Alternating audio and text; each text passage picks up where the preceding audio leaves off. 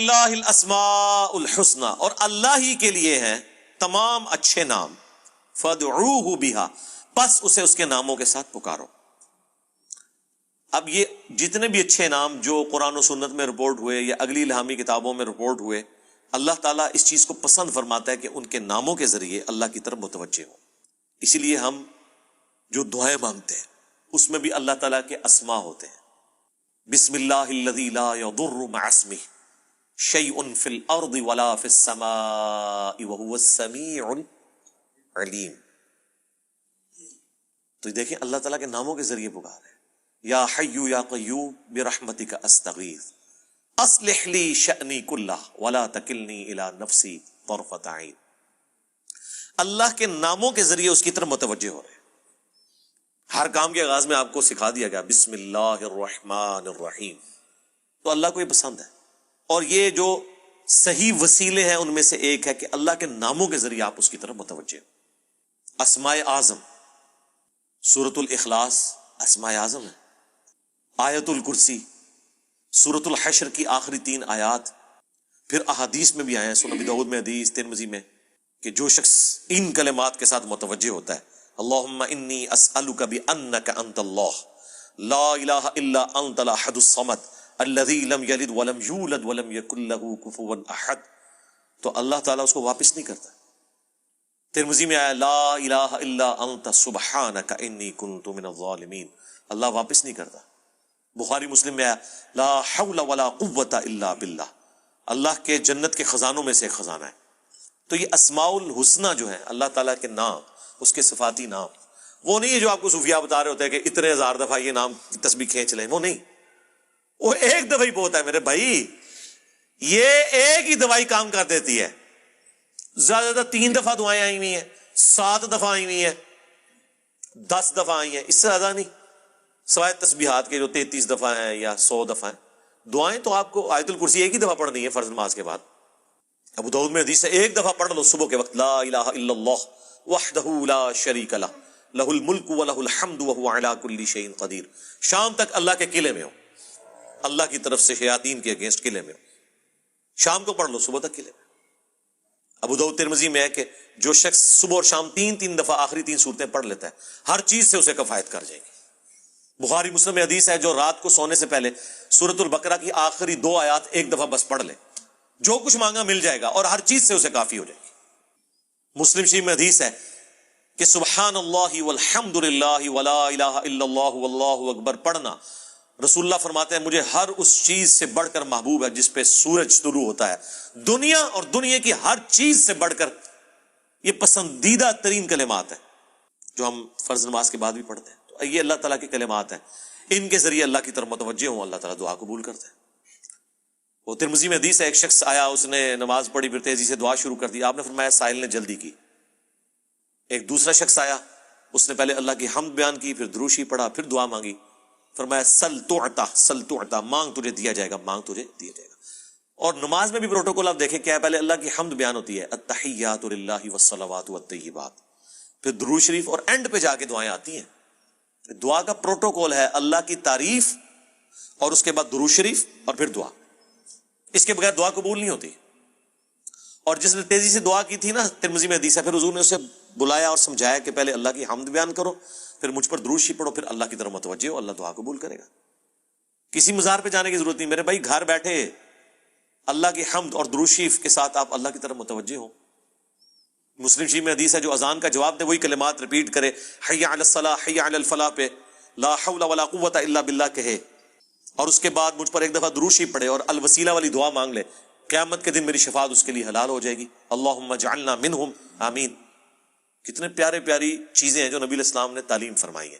ہم نے اس لیے سنت اذکار کارڈ لکھے میرے بھائی، یہ میری سالوں کی محنت ہے جو میں نے ایفرٹ پٹ کر کے اس چیپٹر کو کلوز کر دیا۔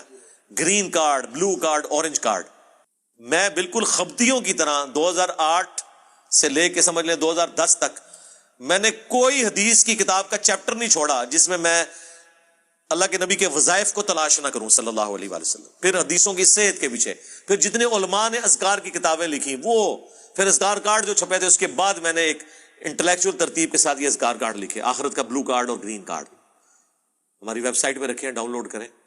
تو اس کو پڑھیں، ان کے ترجمے بھی ساتھ لکھیں تاکہ آپ کو سوز و گداز فیل ہو. صرف عربی پڑھنے سے تو نہیں آپ کو پتہ چلے گا اگر آپ کو پتہ ہی نہ ہو کہ اس کا مطلب کیا ہے. حسبنا اللہ و نعم الوکیل. بخاری کی حدیث ہے، ابن عباس کہتے ہیں کہ تمہارے جد امجد ابراہیم کو جب آگ میں پھینکنے لگے تھے تو وہ پکار اٹھے تھے حسبنا اللہ و نعم الوکیل. اور تمہارے نبی پہ بھی جب مصیبت آتی تھی وہ کہتے تھے حسبنا اللہ و نعم الوکیل.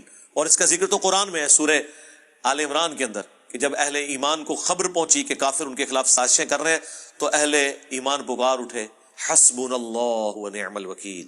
ہم نے اللہ ہی پر بھروسہ کیا، وہی بہتر کارساز ہے. اب یہ جب آپ کا کنسیپٹ ہوگا، یہ اللہ کے صفاتی ناموں کے ساتھ آپ متوجہ ہو رہے ہیں. باقی تو اللہ کے کلمات تو ختم ہی نہیں ہونے. سورہ لقمان میں، سورہ بنی اسرائیل، سورۃ الکہف میں اللہ تعالیٰ کیا فرما رہا ہے کہ اگر زمین سارے کے سارے درخت جو ہے کلمے بن جائیں اور سمندر سیاہی بن جائیں اور 7 سمندر اور بھی ساتھ مل جائیں، اللہ کے کلمات نہیں ختم ہوں گے. سبحان اللہ وبحمدہ عدد خلقہ ورضا نفسہ وزنۃ عرشہ ومداد کلماتہ. بخاری میں حدیث ہے اللہ تعالیٰ کے 99 نام ہیں، جو ان کو لے لے گا تو اس پہ جنت واجب ہو جائے گی. لینے سے مراد یہ نہیں ہے کہ وہ ان کی صرف تسبیح کھینچتا رہے گا، مراد یہ کہ وہ اللہ تعالیٰ کو سیریس لے گا. اور لوگ وہ خالی نام پڑھ رہے ہوتے ہیں، کہتے ہیں بس جنت ہوگی، نماز پڑھنے کی لوڑ ہی کوئی نہیں. بھائی اگر یہ سنن صحیح الکبریٰ میں حدیث ہے نا کہ جو آیت الکرسی فرض نماز کے فوراً بعد پڑھتا ہے مرتے ہی جنت میں داخل ہوگا. جنت اور اس کے درمیان صرف موت کا وقفہ ہے، تو اس کے لیے نماز بھی پڑھنی پڑے گی. صرف آیت الکرسی پڑھنے سے کچھ نہیں ہونا. تو یہ اللہ تعالیٰ ہمارا کہ تمام اچھے نام اللہ کے لیے، ان کو اس کے ناموں کے ساتھ پکارو. وَذَرُوا الَّذِينَ يُلْحِدُونَ فِي أَسْمَائِهِ. اور چھوڑ دو جو کج روی کرتے ہیں اللہ کے ناموں کے ساتھ. اب یہ مشرکین عرب جو ہے رحمان نام سے بڑا چڑھتے تھے، تو پھر اللہ نے سورہ بنی اسرائیل میں کہا کہ اللہ کو چاہے اللہ کہہ کر پکارو چاہے رحمان کہہ کر، تمام اچھے نام اس کے ہیں.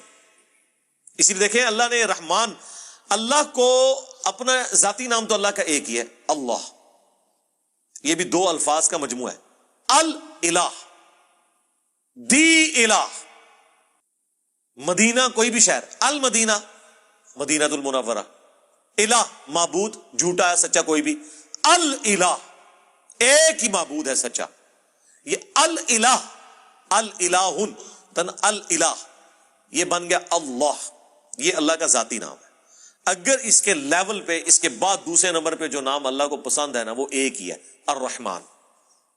باقی سارے نام جو ہے نا وہ اس سے نیچے ہیں. اسی لیے مسلم شریف میں حدیث ہے اللہ کو 2 نام بڑے پسند ہیں، عبداللہ اور عبد الرحمن. یہ بڑا سینسٹیو مسئلہ تھا مشرکین عرب کے لیے رحمان. قرآن میں آپ کو بار بار یہ چیز ایمفیسائز ہوگی. اللہ تعالیٰ بعض اوقات صرف رحمان کو لے کے چل رہے نام کو. قل ان کان للرحمن ولد فانا اول العابدین. اے نبی تم فرماؤ اگر رحمان کا کوئی بیٹا ہوتا تو میں اسے پوچھ رہا ہوتا. اس طرح اللہ تعالیٰ اپنا کسی اور نام کو ذکر نہیں کرتا. یا اللہ کا نام آتا ہے قل هو اللہ احد. اے نبی تم عرض کرو اللہ کے حضور اور ان کو فرما دو کہ بے شک اللہ ایک ہے. تو اللہ اور الرحمن یہ 2 اللہ کے فیورٹ نام. اسی لیے اللہ نے دیکھیں بسم اللہ میں رکھ دیا اسے، بسم اللہ الرحمن الرحیم. سورہ فاتحہ الحمدللہ رب العالمین الرحمن الرحیم. یہ ایک یونیک نام ہے اللہ تعالیٰ کا. تو جو کجروی اختیار کرتے ہیں ان کو ان کے حال پہ چھوڑ دو. سَيُجْزَوْنَ مَا كَانُوا يَعْمَلُونَ. ان قریب ان کے برے